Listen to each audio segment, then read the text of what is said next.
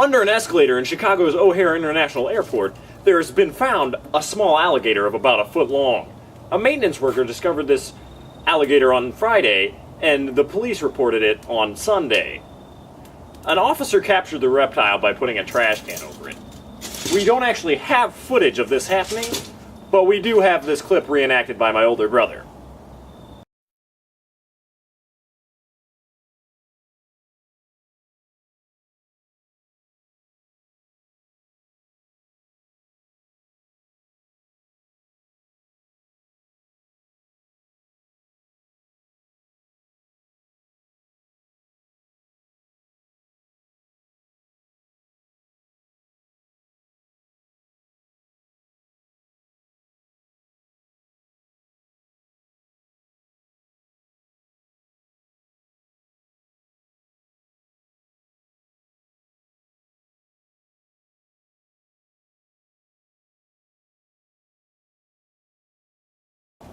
Thanks, Ian.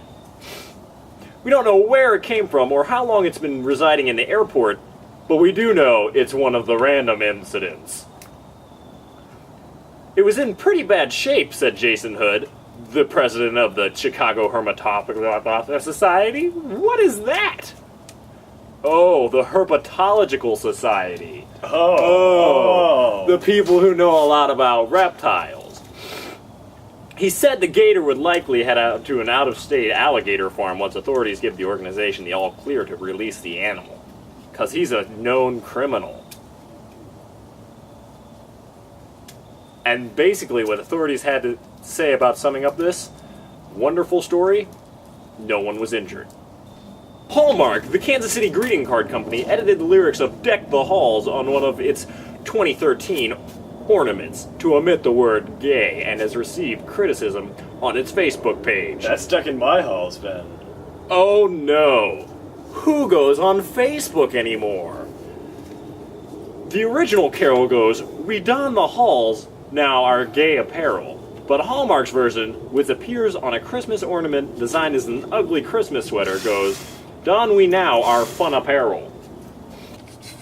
Today, gay has multiple meanings which we thought could leave our intent open to misinterpretation. The company's Facebook page has received posts criticizing the decision to change the lyric. One post read, "Hallmark is insinuating that gay people dress differently than anyone else. If I were gay, I would be more upset with that.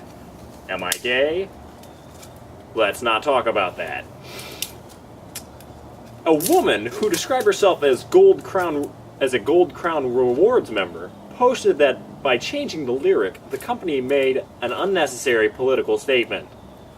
That they did, Ben. That they did. The ornament was reportedly designed by Matt Johnson, a keepsake artist, which described on Hallmark's website as an ornament that can make your tree's outfit complete.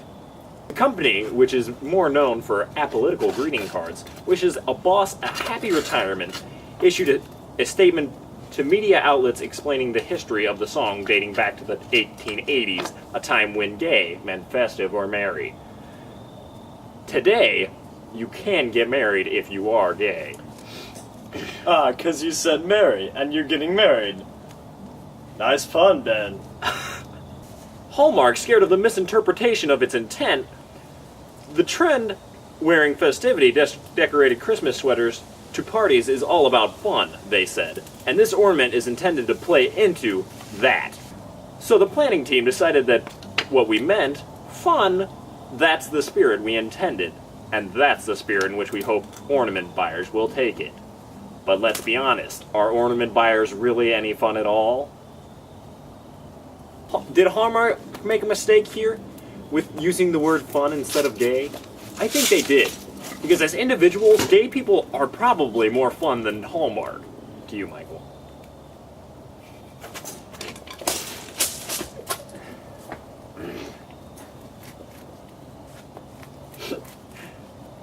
A former South African government minister has been recently detained in New York because apparently his name was on a government terrorism watch list, like dating back to the struggle against racial apartheid in South Africa.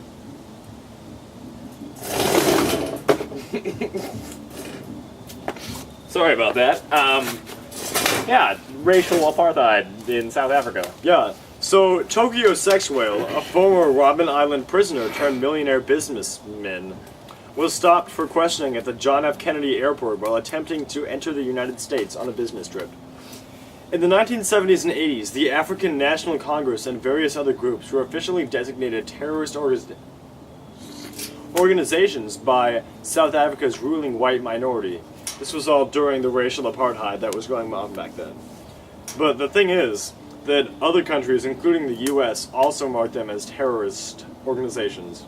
So at the end of apartheid in 1994, the names were removed from the terrorism watch list. But they were not removed because the people in the government were too lazy to remove them all. So this man, Tokyo Sex Whale, his name remained on the list. So when he tried to enter the airport to enter the United States, he was detained and questioned. He now intends to take legal action through the American courts. He's one of the country's richest men, and he has hosted the South African version of The Apprentice. Like with Donald Trump? I think so. Like Celebrity Apprentice? I think so. Wow. He's got a So lot of money. he does. It's a pretty big deal, actually. So he's pretty much one of the main government people in South Africa. He is, and we just detained him. And we detained him because we were goofing and left his name on a no-fly list. Yeah. Really, America? Our government's leaving people's names on the no-fly list? I mean, this wouldn't happen if we were a smaller country, right? Oh, if yeah. we were a smaller government, we would have more specifications. We would have private companies running this, right? Yeah. So instead of having his name left on the no-fly list, we would have people that we were paying well in private organizations to take it off that list, and we wouldn't have goofy-looking mistakes that make people hate America and other countries. That's very true, Ben. Well, moving on.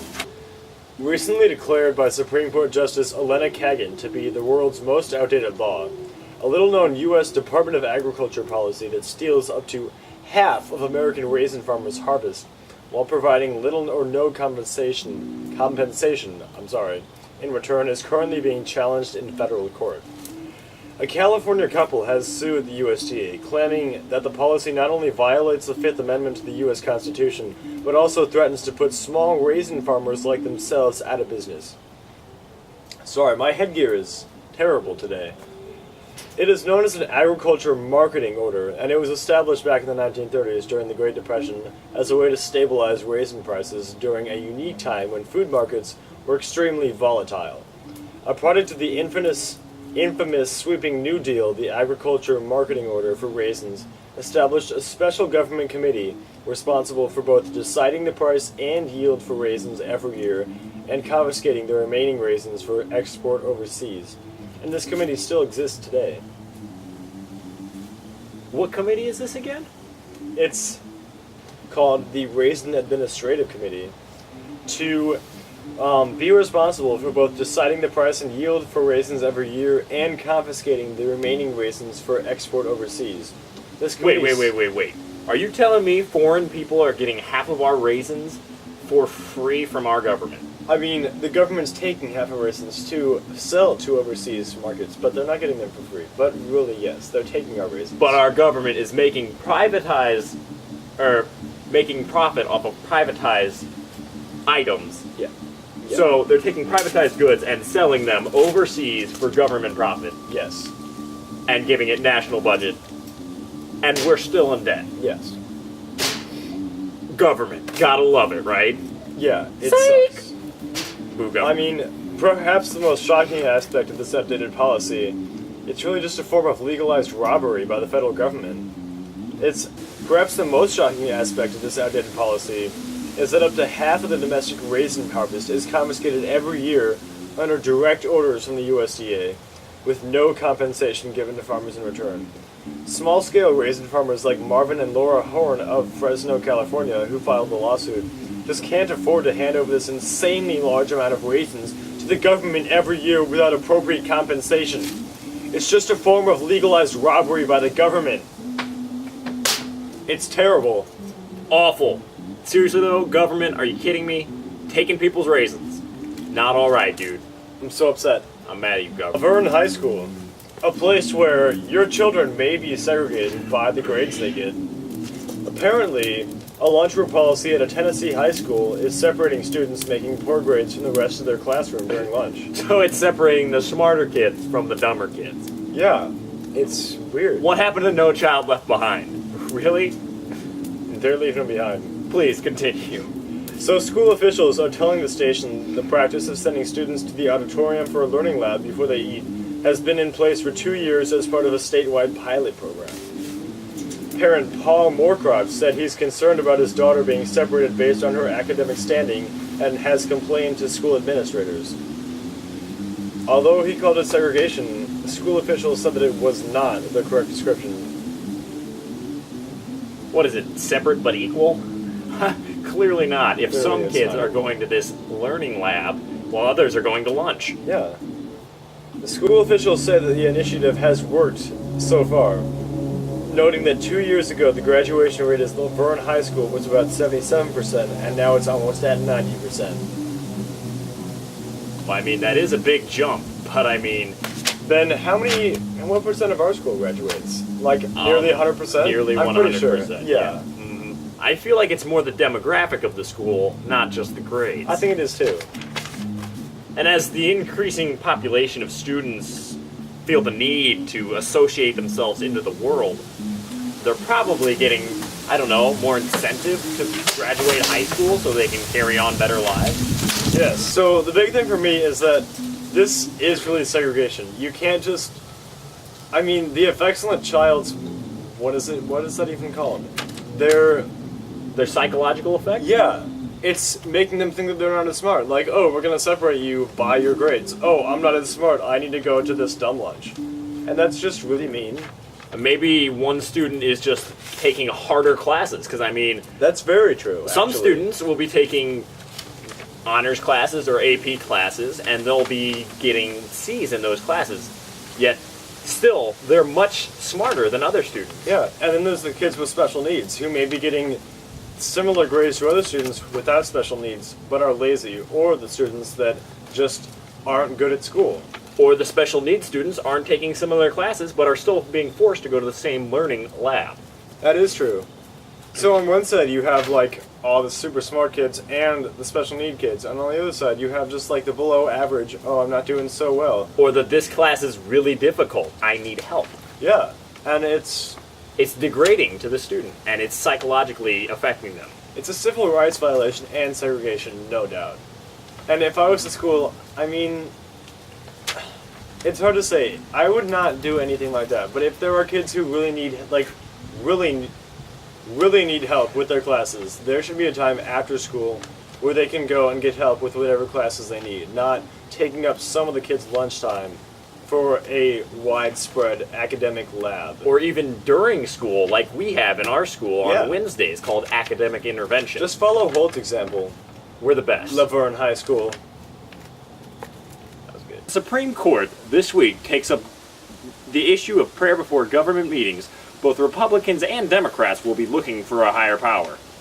According to the Miami Herald, the Obama administration has joined the conservative federal lawmakers in urging the Supreme Court to allow politicians to say prayers during government meetings.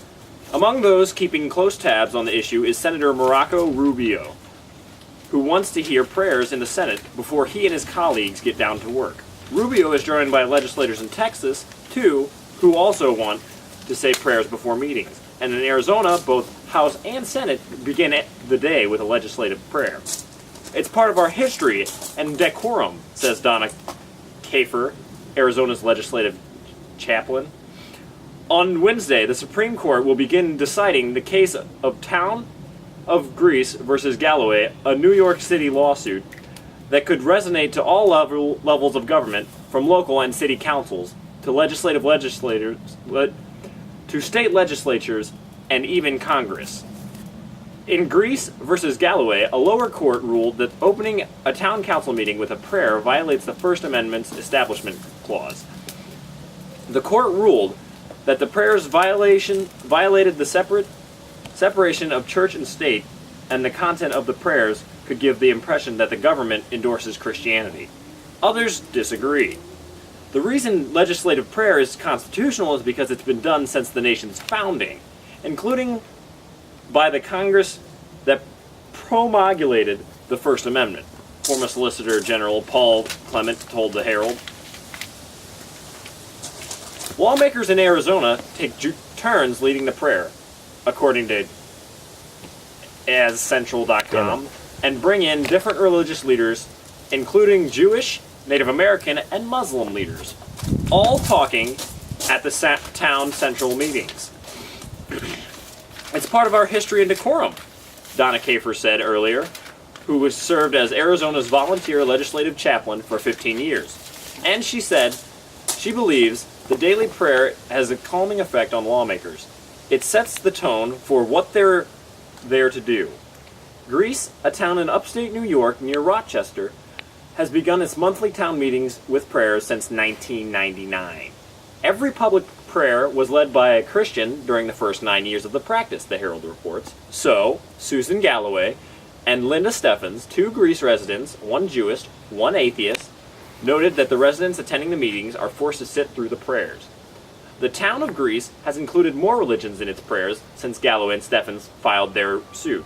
But an appellate court ruled last year that the town's prayer program, in the eyes of a reasonable observer, would be viewed as an endorsement of a particular religious viewpoint.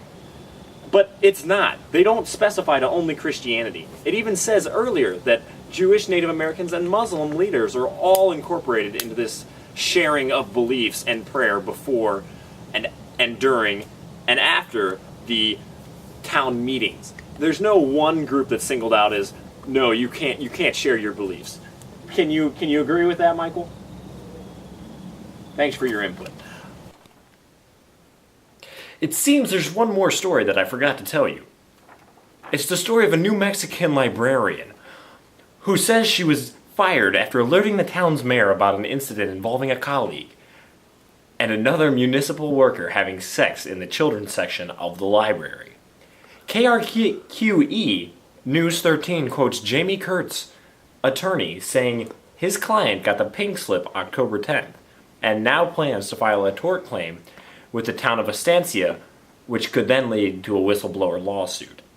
The story begins in August, when Kurtz reportedly arrived to work early at the Estancia Public Library and saw 2 parked vehicles, one belonging to the head librarian and the other to the town maintenance department. Joseph Campbell, the attorney now representing Kurtz, told KRQE his client entered the library and heard strange noises emanating from the children's section. She turned around and saw 2 other employees engaged in sexual intercourse on the floor in the children's section. Campbell reportedly said, adding his client brought the matter up to Mayor Sylvia Chavez, as well as the library's director. The mayor subsequently talked to Jamie about it, told her that it wouldn't have any effect on her job. But in the 2 months that followed, Kurtz was reportedly canned along with the library director, the former for allegedly not turning over her library keys during a leave of absence. KRQE subsequently listened to a repetitiously taped recording between Kurtz and the main librarian before her ouster. And although the head librarian does not directly admit to having sex in the children's section, KRQE reports that she does tell Kurtz that if she can't handle the situation, she should find another job.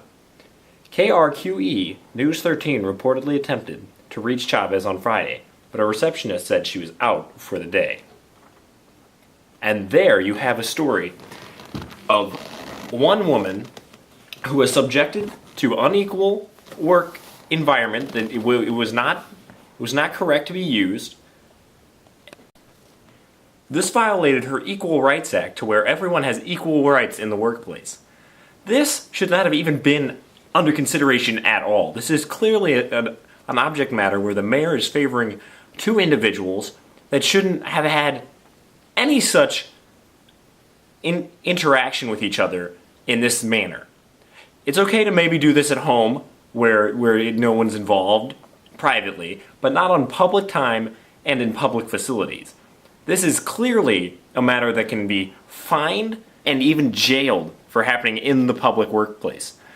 They are getting paid by the government, as well as in government facilities where they can be tried under government crimes and trespassing for incorrect use of these government fines. This is clearly inadequate and unacceptable use of government facilities, as well as unacceptable use of those facilities. Oh, that's it. I'm done. That was the last one. We only needed to do one. Oh, sweet. Okay. Stop.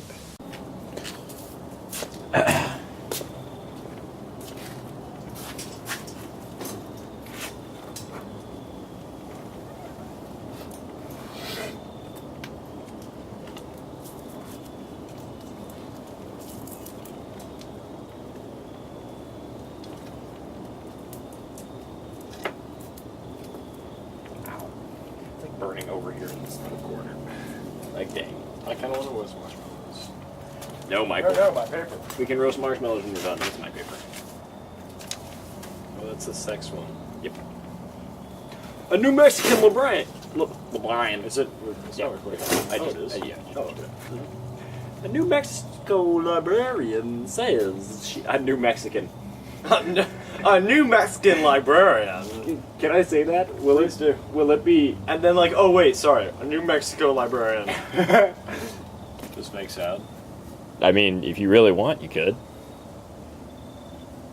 You don't. Oh, alright. Hey, sing a song. Can I just like make pterodactyl noises? You could try. That's going on the bloopers. Wait, I messed